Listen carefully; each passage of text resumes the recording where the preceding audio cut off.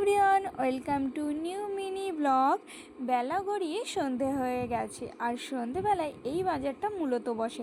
বলো তো কোন স্টেশন সংলগ্ন এরিয়ায় এই বাজারটা বসে? যারা জানো অবশ্যই কিন্তু কমেন্ট করে বলো।